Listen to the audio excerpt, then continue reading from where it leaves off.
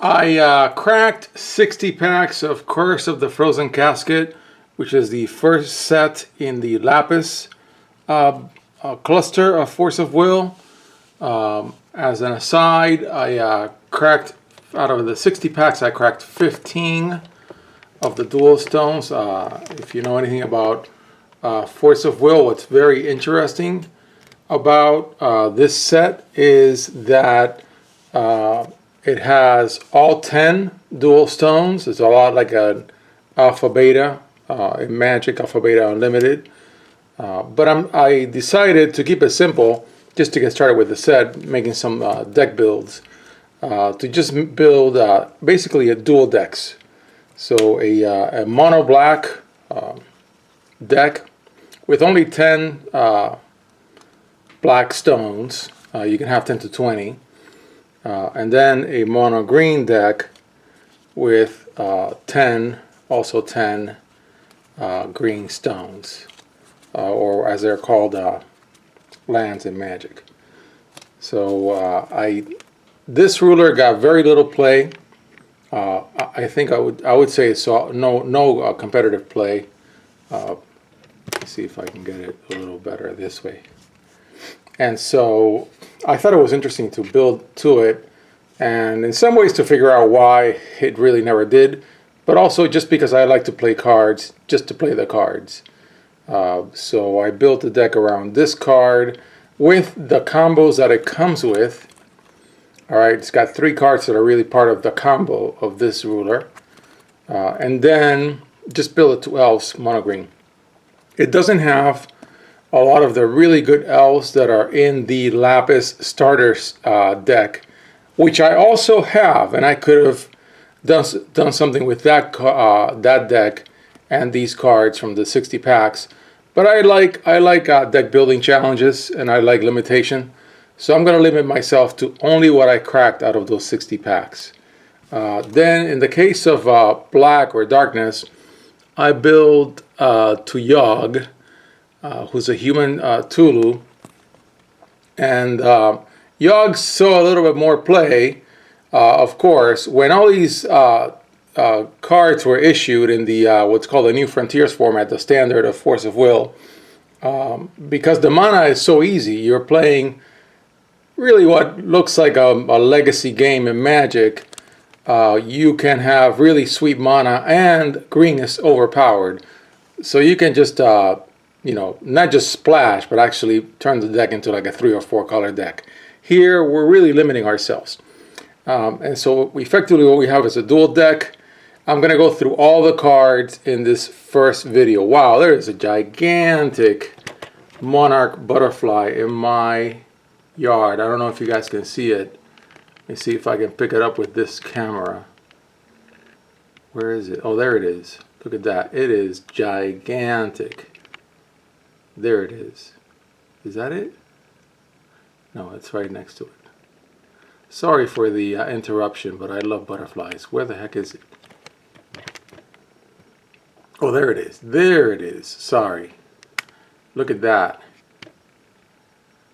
Whoa, that is a gigantic monarch butterfly. This camera is pretty good.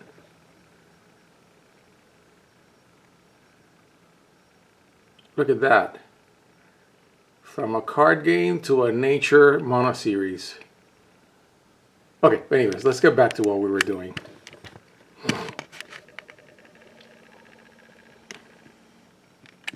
So, as I was saying before, I'm going to go through these cards. When I was completing this set, which I already have completed, I don't know, a year ago or so, I was very curious about why this ruler sucked, and it does, but I still think it's fun to build a deck to it. So, if I know probably as much as about Force of Will as somebody who doesn't know anything about Force of Will, but I'll still talk about the card. So this ruler, which turns into Sky Sage Sun Wukong, which is a great title, by the way, great name, begins as the Monkey King born from stone. Kind of a funny title. Anyways, so you place the card as a ruler. It's a lot like Commander, But I actually like the way Force of Will does effectively what a commander would be. It's very interesting because you have to flip it, and so you have to make the decision of when to flip it. In the case of Magic, your decision is really more when to play it, and then it gets zapped, and then it comes back to the command zone. Here, in this case, you really want to profit from the front until you're ready, and then you want to what's called do judgment. And so every ruler will have a judgment cost, which in this case is 2 green green, or 2 wind wind, and then you flip it. So in this case, for this ruler, you may pay 1 less mana if you have 2 specific cards that I'll show. Okay, they're both 3 drops, and this I never end up using in the mock games that I have played. This I never want to do this. I never want to cast 2 3 drops, have them on the board to get 1 mana benefit. I don't know. Then Energize is a lot like Hearthstone when you get the little coin when you don't go first. Okay, so you get an extra mana when you don't go first. Just a one-time use. Then for green, and I think it's repeatable, the way it's written in the card is repeatable, and I have used it as such. You fetch one of the 3 cards in the combo, and that 3rd card is an enchantment aura, would be a magic. It's really an addition that can be bestowed. So it's the same thing as you would say in Magic, an enchantment that can be put on a creature, enchant creature, which is really an aura. Okay, and I'll go through a couple of mock games. Probably not in this video because I'm talking really slowly, and you will see how that goes. Then when you flip it, you get to tutor for 1 of each of the 2 cards in the combo, and for 0, for nothing, you can cast those additions that you tutored from the front card. So within the game, you have to make that decision. Okay, let's get to the cards. So you're going to have a 1-drop elf. It's just a 1-drop vanilla elf. 400, 400, a playset of that. Then a 2-drop elf tutor. That's also a 400, 400. And when it enters, you look at the top 3 cards of your deck, and you put an elf from it. Now, in this specific deck, this card is not as brutal as it should be because I don't have as many elves. So I'm only playing this deck to become acquainted with a dear friend, Sun Wukong. But at some point, I'm going to take him out, rightfully so, and turn this deck into like everything is an elf deck. And then this dude is going to be awesome in that deck. Then Melfi, which is really a noble hierarch with 1 more mana. Again, Force of Will plays a lot like Magic. You drop it. It's got flash, quick cast, and it's a rock for mana of any color. Okay, and you can prevent some damage when you cast it with flash.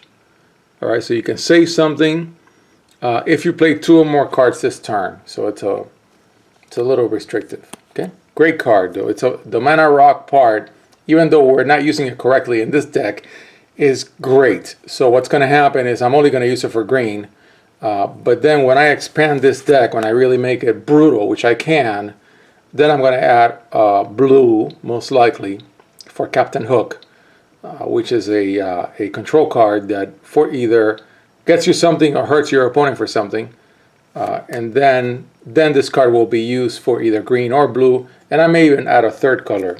We'll see how that goes. So there's a play set of these. Again, these are only the cards that came out of those 60 packs. So because it's a 100 card set, you can pull a lot out of 60 packs in the rare department.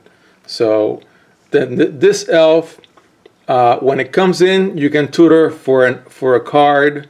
You can tutor for an elf with what we call converted mana cost 1. So you tutor for this lady when this comes in.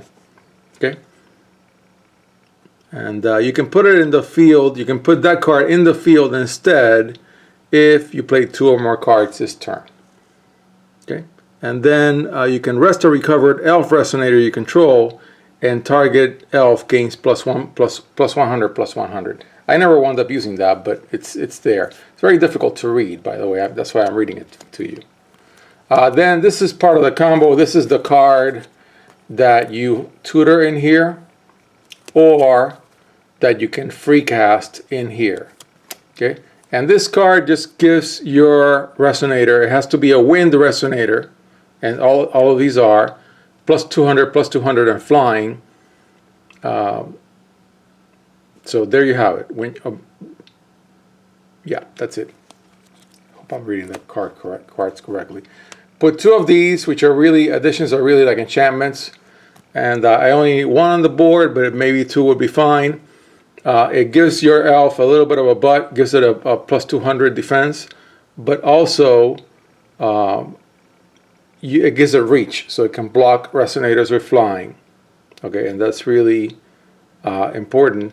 And resonators your opponents control with flying cannot attack your resonators. So that's pretty good. I only put in 2. Then I put in 2 of these guys. This guy, when it comes in for 4, you get 2 of the green stones. Then this is one of there's 2 of them.